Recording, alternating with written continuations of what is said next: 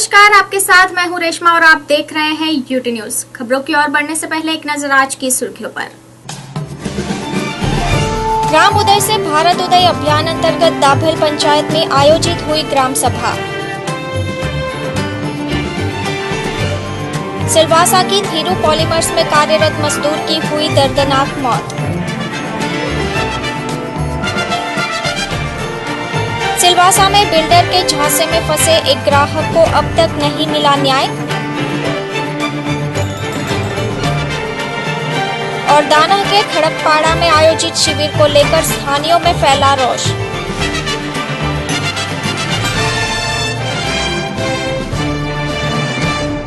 आइए बढ़ते हैं खबरों की ओर। दमन के दाभेल ग्रुप ग्राम पंचायत में मनाए जा रहे ग्राम उदय से भारत उदय अभियान के अंतिम दिन पर ग्राम सभा का आयोजन किया गया। डॉक्टर बाबा साहेब आम्बेडकर के जन्म जयंती महोत्सव के तहत 10 दिवसीय ग्राम उदय से भारत उदय अभियान का रविवार को समापन हुआ। इसी उपलक्ष्य में दमन की दाभेल ग्रुप ग्राम पंचायत द्वारा ग्राम सभा का आयोजन किया गया था।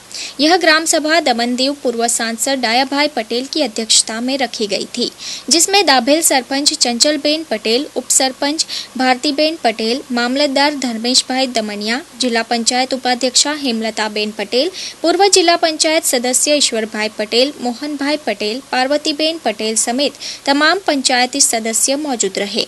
ऐसे में डायाभाई पटेल के साथ सभी उपस्थितों का पुष्पों से स्वागत करते हुए सभा की शुरुआत की गई।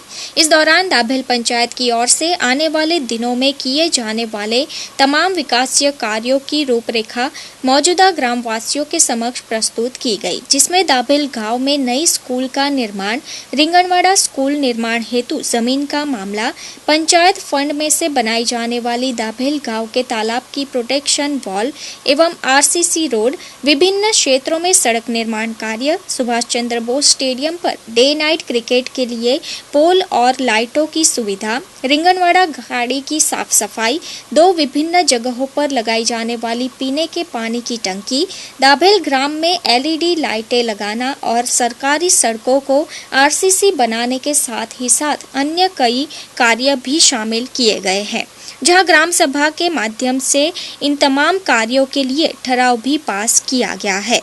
वहीं इस ग्राम सभा के तहत गांव की महिला किसानों को महानुभावों के हाथों भेंट स्वरूप उपहार भी दिए गए। लिहाजा बड़ी संख्या में दाभेल के ग्राम वासियों ने इस सभा में अपनी उपस्थिति दर्ज करवाई। આપણે દાભેલ પંચાયતમાં દાભેલ ગવર્નમેન્ટ સ્કૂલ છે એ બનાવવાની છે નવી, તો એના માટેની ફાઇલ છે। આપણું જે સપનું છે કેટલા વર્ષથી કે દાભેલ સ્કૂલ નવી બનાવવાની છે, તો તે આ વર્ષે પૂરું થશે ને કામ ચાલુ થઈ જશે। એનો એસ્ટિમેટ છે 2,13,12,500 જેટલું અત્યારે આપણે બનાવ્યું છે। બીજી ફાઇલ છે દાભેલ ગામ તળાવ ની પ્રોટેક્શન વોલ બનાવવાની છે સ્ટેપ। એ પ્રોટેક્શન વોલ નું લંબાઈ છે 273 મીટર અને એનો એસ્ટિમેટ કોસ્ટ બનાવ્યો છે 1,57,80,900 અને એ પંચાયત ફંડ માંથી બનાવવાનું છે। તો આ રીતે સ્ટેપ સાથે જે આપણે 3 મીટરનો ચાલવાનો જે પાથ બનાવવાનો એની સાથે પ્રોટેક્શન વોલ ની લંબાઈ 530 મીટર છે। આ કુંભાર ફળિયાવાળો જે રોડ આપણે બનાવવાનો એ 600 મીટરનો છે। કુંભાર ફળિયાવાળો રોડ 1 કિલોમીટર છે, આ 600 મીટર છે અને એની એસ્ટિમેટ કોસ્ટ છે 1,39,88,850। नेताजी सुभाष चंद्र बोस स्टेडियम પાસે ડે એન્ડ નાઇટ રમવા માટે પોલ અને લાઇટ એનું પણ એસ્ટિમેટ છે, તૈયાર થઈ ગયેલું છે। અમને અંદાજે એમણે 1,76,00,000 નું છે। રીંગણવાડા ખાડી એટલે ચલાથી સ્મશાન ભૂમિ સુધી રીંગણવાડા અને રગલા બાબરના ઘરથી એટલે જે આવીને પેલી નાની ખાડી એ રીંગણવાડા ખાડીને જોઈન્ટ થાય એને સાફ કરવા માટે અને ખાસ કરીને આજે ગામ સભામાં આપણે આ ઠરાવ લેવાનો અને પાસ કરવાનો છે, આપણે એના માટે અલગથી પૈસાની ડિમાન્ડ કરવાની છે. અને મને આશા છે કે અત્યારે ડેવલપમેન્ટ કમિશનર જેબી સિંહ છે અને આ નદી સાફ કરવા માટે જરૂરથી પૈસા આપશે અને એની અંદર કલેક્ટર સાહેબ આપને મદદ કરશે, કારણ કે કલેક્ટર સાહેબ જાતે આનું ઇન્સ્પેક્શન કરી ગયેલા છે, જોઈ ગયેલા છે, કેટલું ગંદુ પાણી છે, કેટલો ખર્ચો છે તે બધું જોઈ ગયેલા છે. દમણની અંદર કચરો સાફ કરવા માટે જે કોન્ટ્રાક્ટ આપવામાં આવેલું તેમ આપણે દાભેલ પંચાયતની એરિયામાં જેટલી એલઈડી લાઇટ લગાવે તો એ જ માણસ આપણને એલઈડી લાઇટ લગાવે આપે, એ જ પોલો લગાવે અને જ્યારે પણ બંધ થઈ જાય ત્યારે એ જ રિપેર કરે એવું અને આખા વર્ષનું કોન્ટ્રાક્ટ બેઝ આપવાનું છે ને એના માટે આપણે નક્કી કરવાનું છે. તો એ પણ આજે આપણે આ ગામ સભાની અંદર ઠરાવ પાસ કરી લેવાનો છે. આપણી દાભેલ પંચાયતની અંદર જ્યાં જ્યાં રોડ બાકી હોય અને તે ગવર્મેન્ટ જગ્યા હોય તો તે રોડ આપણે આરસીસી રોડ બનાવવા માટેનો આપણે આજની સભામાં લઈ લેવાનું છે. જે ડૉક્ટર બાબા સાહેબ આંબેડકરની જન્મ જયંતિ નિમિત્તે જે 10 દિવસના કાર્યક્રમનું આયોજન કર્યું હતું, જેમાં 14 એપ્રિલથી લઈ 24 એપ્રિલ સુધીના વિવિધ કાર્યક્રમનું દાભેલ ગ્રામ પંચાયત દ્વારા કાર્યક્રમનું આયોજન થયું અને આજ રોજ તારીખ 24 એપ્રિલના રોજ ગ્રામસભાનું આયોજન હતું, જેમાં પૂર્વ સંસદ શ્રી દયાભાઈ પટેલના પ્રમુખ સ્થાને ગ્રામસભાનું આયોજન થયું અને તેમાં વિવિધ કાર્યોને પાસ કરવામાં આવ્યા અને સરપંચ અને જિલ્લા પંચાયત સદસ્યની હાજરીમાં અને ગામના તમામ વ્યક્તિ જે ઠરાવો પાસ કર્યા એને આગળની કાર્યવાહી કરવા. सिलवासा की धीरू पॉलीमर्स कंपनी में काम करते समय एक 25 वर्षीय मजदूर की दर्दनाक मौत हो गई, जिसकी शिकायत पुलिस थाने में दर्ज की गई है. सिलवासा के पिपरिया स्थित धीरू पॉलीमर्स कंपनी में कल शाम काम करते समय एक श्रमिक की दर्दनाक मृत्यु हो गई. बताया जा रहा है कि कंपनी में माल भरकर ट्रक अंदर आया था, जिसे सतीश यादव नामक करीब 25 वर्षीय श्रमिक रिवर्स करवा रहा था. इतने में चालक ने रिवर्स लेते समय स्पीड तेज करने की वजह से ट्रक का पिछला चक्का उस पर चढ़ गया. घटना की खबर लगते ही कंपनी प्रबंधन ने मिलकर घायल श्रमिक को करीब 3.5 घंटा इधर उधर किसी निजी डॉक्टरों को दिखाने में बर्बाद कर दिया. हालत बिगड़ने पर उसे विनोबा भावे सिविल अस्पताल ले जाया गया, जहां पर चिकित्सकों ने उसे मृत घोषित कर दिया. मृतक सतीश मूल रूप से उत्तर प्रदेश के जौनपुर का निवासी बताया गया है और उसके 2 छोटे बच्चे भी हैं. पुलिस ने शव को कब्जे में लेकर पोस्टमार्टम के लिए अस्पताल में भेज दिया है और जांच कार्यवाही शुरू कर दी है. घटना के संदर्भ में मृतक के साथ काम करने वाले श्रमिकों और संबंधियों ने हमारे चैनल से बात करते हुए कंपनी की घोर लापरवाही उजागर की. कल शाम सिलवासा के पिपरिया स्थित धीरू पॉलीमर्स कंपनी में एक हादसे में एक गरीब श्रमिक की दर्दनाक मौत हो गई है. यह हादसा या लापरवाही यह तो जांच का विषय है, लेकिन करीब 2 नाबालिग बच्चों के बाप का साया उनके सर से हट गया है. किस तरह से घटना हुई है मैं खुद ही जानता हूँ, उसके साथ काम करने वाले कुछ श्रमिकों से. क्या है, किस तरह की घटना है, बताओ थोड़ा डिटेल. तो क्या वो गाड़ी वाले को बैक करने के लिए बोला, वो गाड़ी वाले ने बैक लिया और सीधे मतलब वो दीवार में मारा हो और दीवार में वो दब गया. दबने के बाद जब हम लोग का आवाज़ सुनाई पड़ा तो देखा तो वो दबा हुआ है. बाद में ड्राइवर को मतलब बोला कि आदमी दबा हुआ है, गाड़ी आगे में, तो गाड़ी आगे में. कितना दिन से काम करता था कंपनी में? ये तो एक अप्रैल से लगा. क्या काम करता था? 2 दिन. तो क्या कंपनी का कोई समय आया कंपनी में इस तरह से मालिक ऊपर 20 पैसे का काम करते हैं शुक्ला साहब, उनको बुलाया गया. ऊपर ही आराम कर रहे थे, उनको बुलाया गया. आदमी सेम टाइप काम करते हैं, उसको फोन लगाया गया, बाइक से आया आदमी. कहाँ लेकर गए? हॉस्पिटल कोई साथ में मेयर था, हॉस्पिटल का मालिक. हाँ, तो क्या नाम है उसका? सर उसका नाम सतीश कुमार यादव है, मैं उसका भाई. क्या नाम है आपका? मेरा नाम सतीश कुमार. कितना उम्र है सतीश का उम्र 25 साल. तो क्या कैसे घटना हुई? वो का यहाँ कब से काम करता था बताओ. सर यहाँ तो काफ़ी दिन से काम करता था, बीच में काम गया था छुट्टी लेके, उसके बाद फिर आया तो नहीं गया। तो उसके बाद फिर अभी मेरे को तो इस बारे में कोई सूचना नहीं मिली। ये घटना तो 3 बजे की है, उसका मेरे को सूचना नहीं मिली। मेरे को सूचना मिली 8:30 बजे और मेरे को सूचना दी उसकी बीवी को भी सूचना नहीं मिली। उसकी बीवी को सूचना नहीं मिली, जब उसको सूचना हुई 8:30 बजे तो वो ऐसा बात है। आप मैं हॉस्पिटल में गया, हॉस्पिटल से देखा तो उसकी डेथ हो गई। काउंटर पे पूछा तो डायरेक्ट उसकी डेथ हो गई। मैं बोला मेरे को विश्वास एक बार तो विश्वास नहीं होगा, बोला कि दिखा है। मैं देखने के बाद मेरे को देखा तो पूरे 2 बच्चे, सभी लड़की है, एक लड़का है। एक लड़का 6 साल की है, लड़का 3 साल। जय हिंद। यह क्या आपका क्या रिश्ता था उससे? वो हमारे साले का लड़का है वो, और ये 20 साले का लड़का ही है, उससे बड़ा है ये। मेरे पास ये 10 बजे रात को आया, बोला कि ऐसा ऐसा प्रॉब्लम हो गया। मतलब मेरे को बोला डायरेक्ट खत्म हो गया वो। फिर मैं पता कि ये कैसे हुआ, बोल रहा है कंपनी में हुआ है, ट्रक से हुआ है। और मेरे को तो पहले लगा कि बाहर कहीं इंसिडेंट हुआ है, लेकिन बाद में पता चला कि नहीं, कंपनी में ट्रक कुछ पता बैक साइड लेने में ट्रक उसको दबा दिया। 3 बजे की घटना है। बाद में फिर वो 3 बजे से शाम 7 बजे तक, यहाँ 7-7:30 बजे का टाइमिंग दिया हॉस्पिटल में ले गया। इसके बीच में सिलवास में कहाँ लेके गया कुछ पता नहीं चलता। अगर वो पहले लेके आया होता, डायरेक्ट यहाँ दिया होता, तो हो सकता है कि उसको कुछ इलाज किया जा सकता है। उसने गलती ये किया है कि डायरेक्ट 108 नंबर को फ़ोन नहीं किया है। वो प्राइवेट से लेकर के हॉस्पिटल में, नहीं, तो कंपनी के दायित्व बनता है। फिर 3:30 बजे से लेकर शाम 7-7:30 बजे तक सरकारी हॉस्पिटल में जब तक उसको लाया गया, तब तक इस बीच में उसको कहाँ दिखाया गया?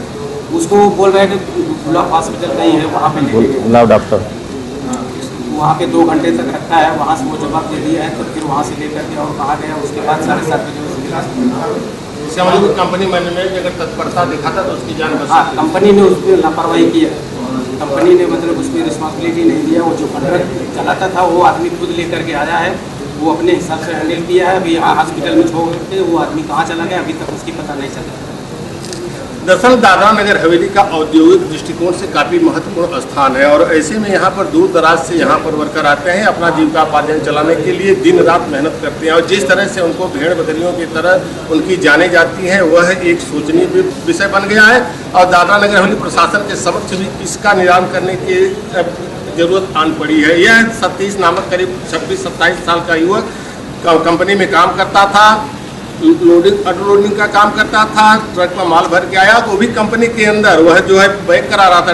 ट्रक चालक की लापरवाही के या कंपनी मैनेजमेंट की बिना देखभाल, क्योंकि जिस उद्देश्य से वह पीछे आया वह दीवार में दबकर उसकी दर्दनाक मौत हो गई। कंपनी प्रबंधन ने उसको पहले प्राइवेट हॉस्पिटलों में दिखाने का प्रयास किया, घटना को छिपाने का प्रयास किया। यूँ कहा जाए तो सरकारी हॉस्पिटल में लाते के साथ उसकी जान बच सकती थी। करीब 4 घंटा बाद विनोबा भावे अस्पताल में लाया गया। अब यह देखना है कि प्रशासन और संबंधित विभाग कितना जल्दी ऐसी कंपनियों और ऐसे लोगों के खिलाफ उचित कार्रवाई करता है, ताकि आने वाले दिनों में श्रमिकों की जान बचाई जा सके। कैमरामैन चंदन सिंह के साथ अशोक पांडे, यूटी न्यूज, विनोबा भावे अस्पताल, सिलवासा। सिलवासा में बिल्डरों की मनमानी के साथ ही साथ प्रशासन के मौन ने धोखाधड़ी का भोग बने पीड़ित की नींद उड़ा दी है।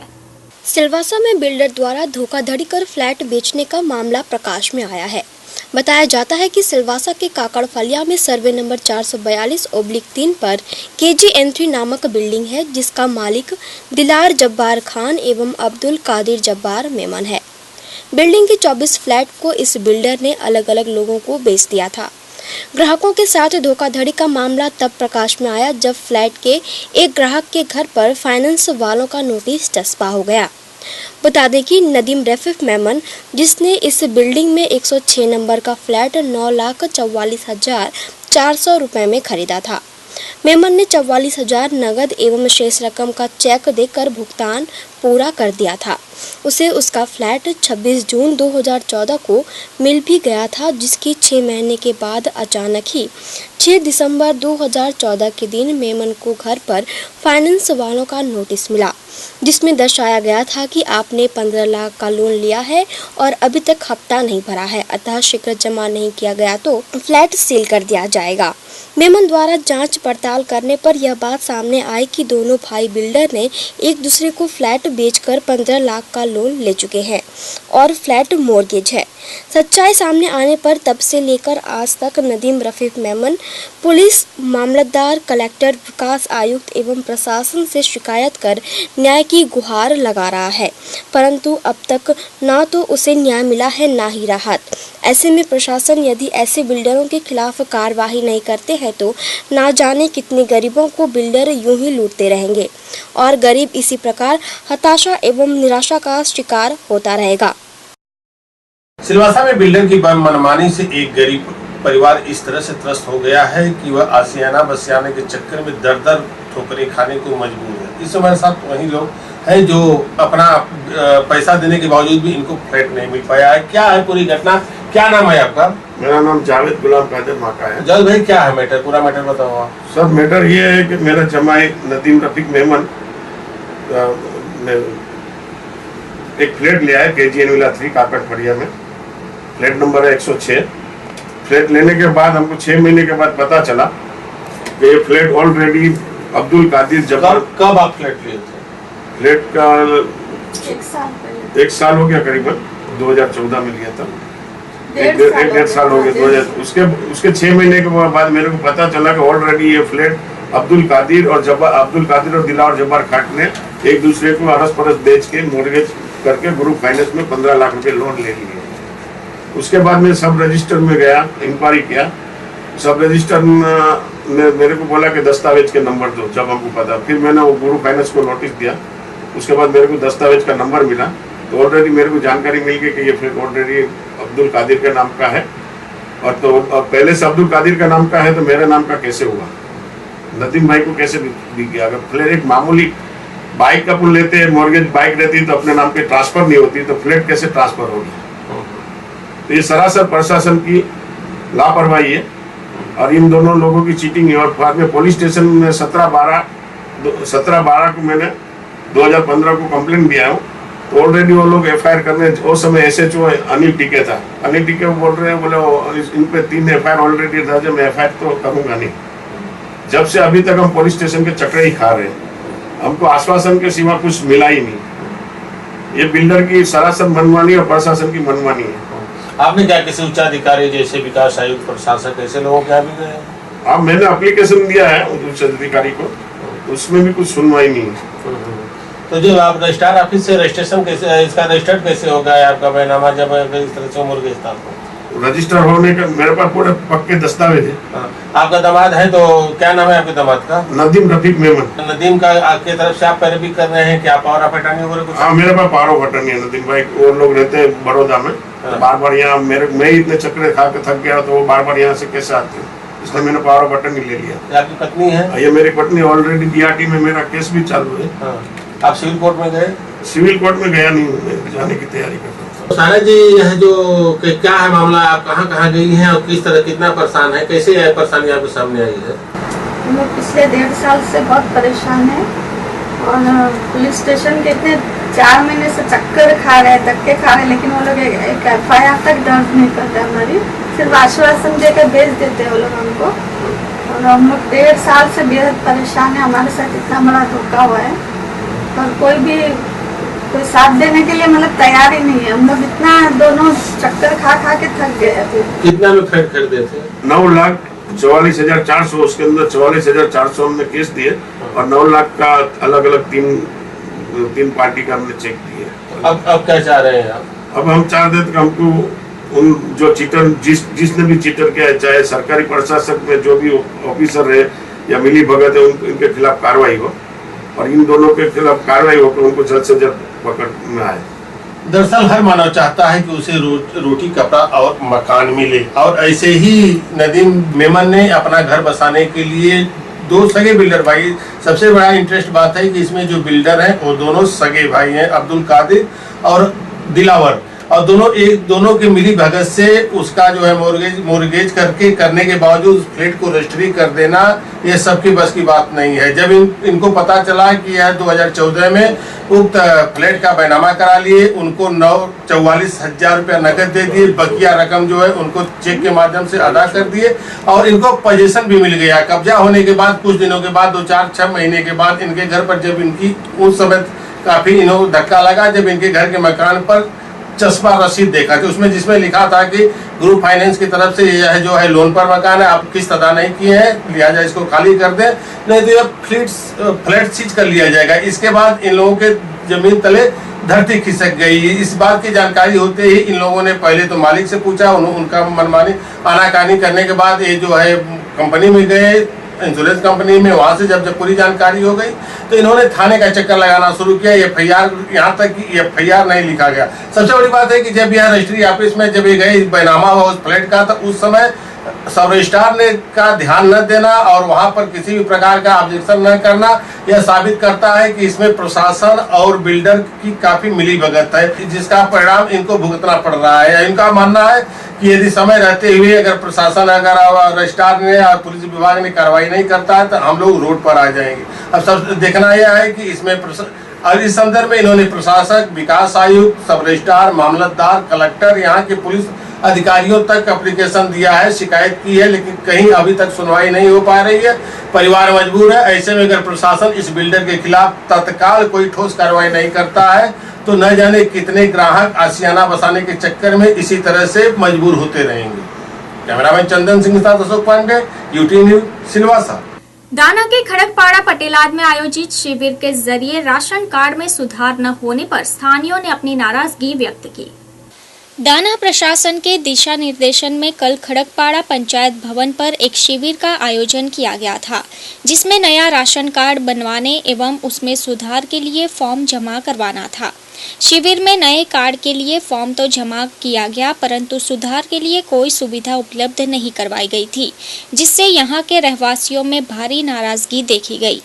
इस अवसर पर पंचायत के सरपंच, जिला पंचायत सदस्य, पंचायत सभ्य एवं काफी संख्या में स्थानीय उपस्थित रहे। इस संदर्भ में रहवासियों ने हमारे संवाददाता को बताया कि प्रशासन ने नया राशन कार्ड बनाने एवं पहले से बने कार्डों में सुधार के लिए शिविर लगाया है, लेकिन कर्मचारियों की मनमानी से कार्डों में हुई गलतियों का सुधार नहीं हो पा रहा है।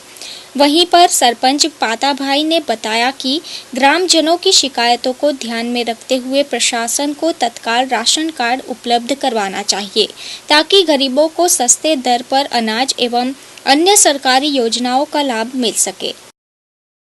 दादरा नगर हवेली खाद्य एवं सुरक्षा विभाग की तरफ से खड़कपाड़ा पंचायत पर आज नया राशन कार्ड बनाने एवं उसमें सुधार के लिए एक कैंप लगाया गया है, जिसमें यहाँ पर ग्रामीणों की काफी भीड़ उमड़ी हुई है, जो साबित करता है कि लोगों को नए राशन कार्ड की काफी आवश्यकता है। साथ ही साथ जो भी त्रुटियां उसमें सुधार की भी लोगों की जरूरत आन पड़ी है। इस समय हमारे साथ तमाम यहाँ पर ग्रामवासी है जो राशन कार्ड बनाने के लिए, सुधारने के लिए सुबह से यहाँ खड़े हुए हैं। किस तरह से चल रहा है कैंप, आपको क्या दिक्कत? यहाँ पे ऐसा है, जो भी 5 साल हो गया, 10 साल हो गया, पार्टी बदलती रहती है, लेकिन राशन कार्ड बना नहीं है। बनना चाहिए जरूरी। अभी पार्टी बना रहे, हमारा किसी की तकलीफ नहीं है, जनता को किसी तकलीफ नहीं है। जो पार्टी ने बना के दिए हम उसके लिए खुश हैं, लेकिन बनाना जरूरी है। 10 साल हो गया, 5 साल हो गया, रात बदल रहती है, वो बोलता है ऐसा है, वो ऐसा है। अभी हमारे गांव में खुशहाल है, जहाँ मोहन भाई बोलता है वहाँ पे हम खुश है, बना दे रहे हम। तो हमारे जरूरी है कि पार्टी हमारा गांव लोग खुश है। क्या नया सर बहुत दिक्कत है कि उसमें लिखा हुआ है राशन कार्ड नया बनाओ, तो बोला है, लेकिन वो नाम तो ले ही नहीं रहा है, सिर्फ नया के एप्लीकेशन ले रहा है। जो पुराना उसमें जो नाम लिखना था वो तो हो ही नहीं रहेगा। इसीलिए लोगों का ज़्यादा फायदा हो, इसीलिए वो सब करना चाहिए था, लेकिन वो नहीं हुआ है। आपको क्या कराना था? नाम सुधार कराना था? नाम में बहुत सारे गड़बड़ है, वो सुधारना था। और जिसका नाम नहीं था वो भी उसमें लिखवाना था, लेकिन वो नहीं हो रहा है। उसके लिए फॉर्म नहीं जमा करना? नहीं कर रहे, वो लोग वापस चले जा रहे हैं। वापस लोगों को क्या दिक्कत हो रही है जो आप यहाँ आ रहे हैं समय में आपसे काम करवाने के लिए? लोग फार्म जमा रहे, उन लोगों को कोई दिक्कत हो रही है? नहीं, दिक्कत नहीं हो रही है, सबको करा के दे रहे हैं। पता भाई, यहाँ पर जो है लोगों की ये शिकायत मिल रही है कि यहाँ पर नया राशन कार्ड के लिए फार्म तो जमा किया जा रहा है, लेकिन जो सुधार वाले हैं जिनके नामों में राशन कार्ड में जो है नाम गड़बड़ गलत है या उनके पिता का नाम गलत है, एड्रेस गलत है, उनमें सुधार नहीं किया जा रहा है। जबकि प्रशासन का सख्त निर्देश है कि यहाँ पर नया राशन कार्ड बनाने और सुधारने दोनों के लिए कैंप लगाया गया है। तो क्या दिक्कत आ रही है लोगों को? शिविर का आयोजन ऐसा होता है कि हमारे स्थल पर एक हमारे ग्राम के लोगों को मतलब फायदा इतना होना चाहिए कि आज फैसला होना चाहता था, लेकिन वो लोग क्या अभी यहाँ से फॉर्म भर के लेके जाएंगे और महीना के 15 दिन लगाएंगे तो हमारे यहाँ से जवाब देना बहुत भारी पड़ता है। इसलिए हम इतने सोचते हैं कि शिविर ऐसा होना चाहिए कि हमारे गांव में ग्राम में लोग अभी इकट्ठे थे सुबह से, मतलब लोगों को मतलब इतना ही था कि हमारा फेरबदल है, नाव का मतलब थोड़ा फेरबदल है, इसमें हमारा सरलता होना चाहिए। इसलिए लोगों को मतलब इतना ही था तमन्ना कि हमारे स्थल पर वेरीफाई होके तुरंत हमको कार्ड मिलना चाहिए, ये लोगों को था। लेकिन इसमें क्या है कि शिविर इतना ही के अभी फॉर्म भर के लेके जाएंगे और 15 के महीना लगेगा, तो हमको भी यहाँ पंचायत में हर रोज को जवाब देना भारी पड़ता है। अलग अलग लोग आते हैं और हमको अलग अलग से हमारा कार्ड नहीं मिला करके, और अभी देखिए कार्ड बिना अनाज तो मिलेगा ही नहीं, उन लोग को जैसे अभी जमा किया जाएगा और जमा जैसे फॉर्म तो भरा ही है, अगर वो अभी नाम का फेरबदल है तो वो जल्दी से जल्दी होना चाहिए और लोगों को मतलब ये फायदा जल्दी से जल्दी होना चाहिए। सरपंच होने के नाते आप प्रशासन से क्या कहेंगे, किस तरह से आप निवेदन करना चाहिए? नहीं, मैं इतने हम तो बोलते हैं कि हमारा जो स्थल पर अभी फॉर्म जो भरा गया है वो जल्दी से जल्दी मिलना चाहिए, और जो कार्ड अभी नाम का फेरबदल है उसको भी वो लोग बोलते हैं अभी भी वो लोग ने नहीं लिया, ये तो नया होना चाहिए समय। आपका भी कहना है रवि भाई, यहाँ पर काफी लोगों को शिकायत आ रही है कि दूर दूर से आए हैं, फिर भी उन लोगों का जो है काम नहीं हो पाया है पूरा सही तरीके से, क्या किस तरह से आप देख रहे हैं? मैं इस मैटर में प्रशासन को ऐसा अवगत कराना चाहता हूँ कि कभी भी हमारे वहाँ कोई भी चीज़ की, चाहे फूड सिक्योरिटी बिल हो या कोई भी चीज़ का जब भी सेमिनार हो, जब भी शिविर हो, तब प्रशासन को पहले 7 या 8 दिन से पहले ही हमारे पंचायत की बॉडी को, हमारे जिम्मेदार नागरिकों को बताना चाहिए ताकि दूसरी कोई दिक्कत नहीं। दूसरी चीज़ ये प्रशासन को बताना चाहता हूँ कि जो भी काम होए तो पहले ही पूरी प्रजा हमारी, जहाँ की हमारे जितने 4 गांव हैं खरड़पाड़ा पंचायत में, तो 4 गांव के कोने कोने के इंसान को उतना पता होना चाहिए कि हमारा ये काम होने वाला है ताकि दूसरी किल्लत नहीं आई। और साथ में प्रशासन को वो भी काम करना चाहिए कि लोगों का ज़्यादा से ज़्यादा काम वहाँ ही उसी दिन निपट में आ जाए, वही मैं अवगत कर रहा हूँ। दरअसल भारत सरकार का यह दिशा निर्देशन है कि तमाम सरकारी योजनाओं का लाभ गांव के जन को मिले, हर एक अंतिम छोर तक पहुंचे और लोग उससे लाभान्वित हों। और जिला पंचायत प्रशासन द्वारा इन दिनों खाद्य सुरक्षा अधिनियम के अंतर्गत सस्ता अनाज उपलब्ध कराने के लिए नए राशन कार्ड बनाने का प्रारूप तैयार किया गया है, उसका लाभ भी लोगों को मिल रहा है। और इसके लिए जो भी लोग नहीं बनवा पाए या राशन कार्ड में सुधार कराना है, उसके लिए प्रशासन के आदेश पर कैंप और शिविर का आयोजन किया गया। और ऐसा ही कुछ देखने को मिला है खरड़पाड़ा पंचायत पर, जहां पर शिविर लगाया तो गया है, लोग यहाँ पर आए हुए हैं, सुबह से भीड़ लगी हुई है, लेकिन सबसे बड़ा प्रॉब्लम उनके सामने है कि नया राशन कार्ड फार्म तो जमा कराया जा रहा है, लेकिन जिनका नाम संशोधन कराना है, कुछ त्रुटियां हो गई है, उसके सुधार के लिए कोई व्यवस्था नहीं की गई है, जिससे लोगों में नाराजगी है। अब ऐसे में प्रशासन को भी देखना होगा कि इस पर तत्काल इनकी समस्या को सुने और लोगों के सुधार के साथ नया राशन कार्ड समय रहते उपलब्ध करावे ताकि ये लोग योजनाओं का लाभ प्राप्त कर सकें। कैमरामैन चंदन सिंह के साथ अशोक पांडे, यूटी न्यूज, खड़गपाड़ा पंचायत, सिलवासा। आइए अब यूटी न्यूज इंडिया में एक नजर डालते हैं देश विदेश की अन्य खबरों पर।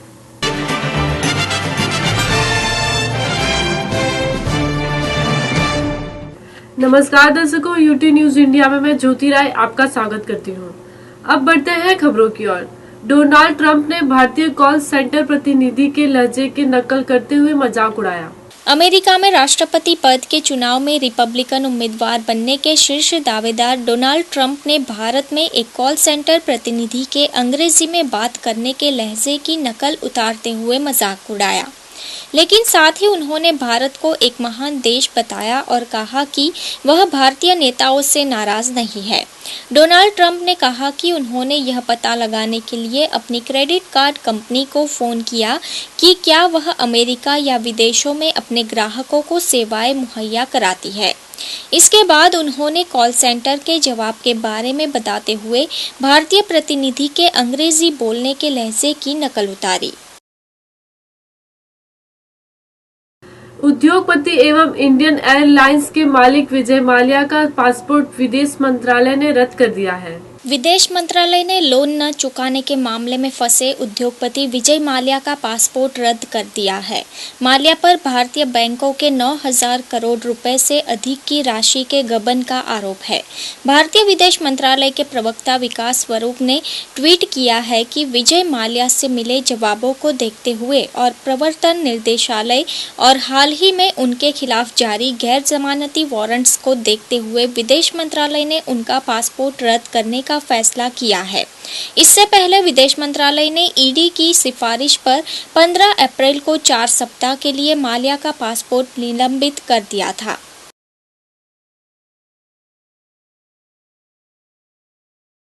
बांग्लादेश में आईएसआईएस आतंकवादियों ने एक उदारवादी प्रोफेसर की हत्या कर दी। बांग्लादेश के पश्चिम उत्तर हिस्से में आईएसआईएस के सशस्त्र आतंकवादियों ने शनिवार को विश्वविद्यालय के एक उदारवादी प्रोफेसर की उनके घर के पास ही नृशंस हत्या कर दी। इस मुस्लिम बहुल देश में ब्लॉगरों, बुद्धिजीवियों और कार्यकर्ताओं पर हुए बर्बर हमलों की श्रृंखला में यह ताज़ा घटना है। पुलिस के मुताबिक राजशाही शहर में राजशाही विश्वविद्यालय के प्रोफेसर AFM रेजाउल करीम सिद्दीकी पर उनके आवास से करीब 50 मीटर दूरी पर ही मोटरसाइकिल सवार हमलावरों ने धारदार हथियार से उनका गला रेत दिया। एक चश्मदीद के अनुसार उसने 2 व्यक्तियों को वहां से मोटरसाइकिल पर भागते हुए देखा, जिसकी जिम्मेदारी इस्लामिक स्टेट ने ली है। तो ये थे अब तक के यूटी न्यूज इंडिया। कल फिर मिलेंगे नई खबरों के साथ, तब तक के लिए आज्ञा दीजिए। धन्यवाद।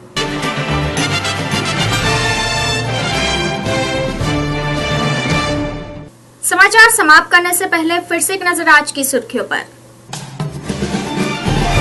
ग्राम उदय से भारत उदय अभियान अंतर्गत दाभेल पंचायत में आयोजित हुई ग्राम सभा। सिलवासा की धीरू पॉलीमर्स में कार्यरत मजदूर की हुई दर्दनाक मौत। सिलवासा में बिल्डर के झांसे में फंसे एक ग्राहक को अब तक नहीं मिला न्याय। और दाना के खड़कपाड़ा में आयोजित शिविर को लेकर स्थानीयों में फैला रोष।